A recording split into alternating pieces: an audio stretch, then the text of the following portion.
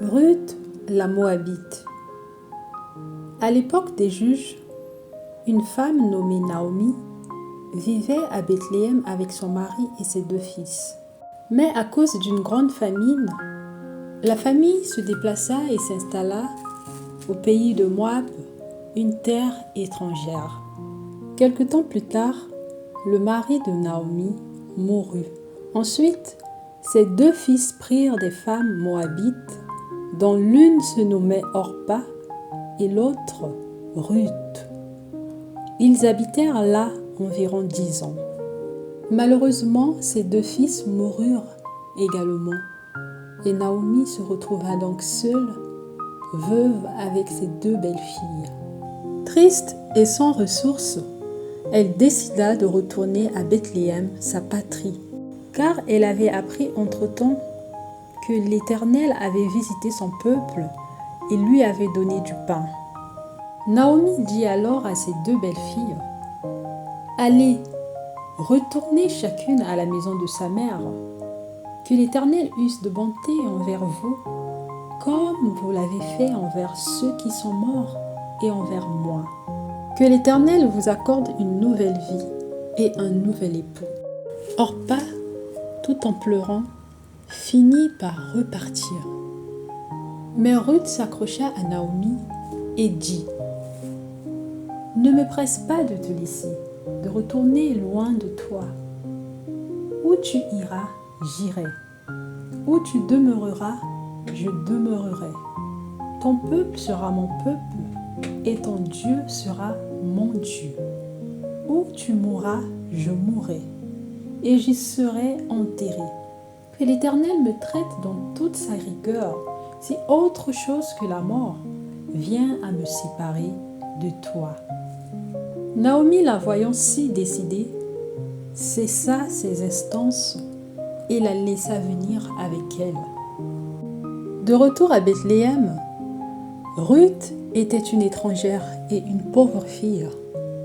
Alors, pour subvenir à leurs besoins, elle alla glaner derrière les moissonneurs, ramassant les épis tombés dans les champs. C'est ainsi qu'elle entra dans le champ d'un homme riche et bon, nommé Boaz. Ce dernier remarqua sa fidélité envers Naomi et sa gentillesse. Il lui dit, « Écoute ma fille, ne va pas glaner dans un autre champ. Ne t'éloigne pas d'ici et reste avec mes servantes. Regarde où l'on moissonne dans le champ et va après elles. J'ai défendu à mes serviteurs de te toucher.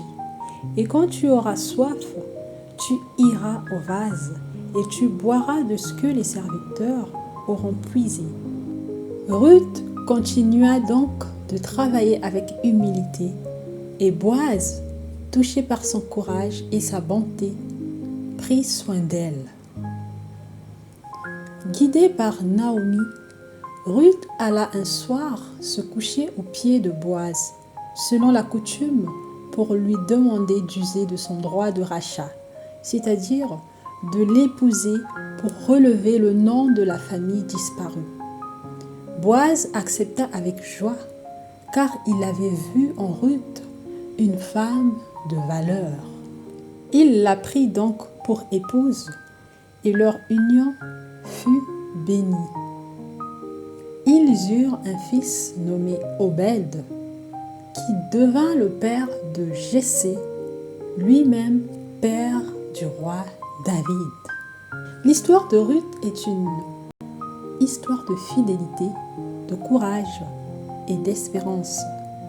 Elle nous montre qu'une étrangère, une femme simple et pauvre, a été choisie par Dieu pour devenir l'arrière-grand-mère du grand roi David, et donc, selon la Bible, une ancêtre de Jésus-Christ. L'histoire de Ruth nous montre comment est-ce que nous pouvons rencontrer l'époux. Nous ne pouvons rencontrer l'époux qu'à travers l'Église. Cette histoire nous montre comment est-ce que, à travers Naomi, Ruth a pu rencontrer Boaz. Autrement dit, Naomi représente l'Église et Boaz est Jésus-Christ.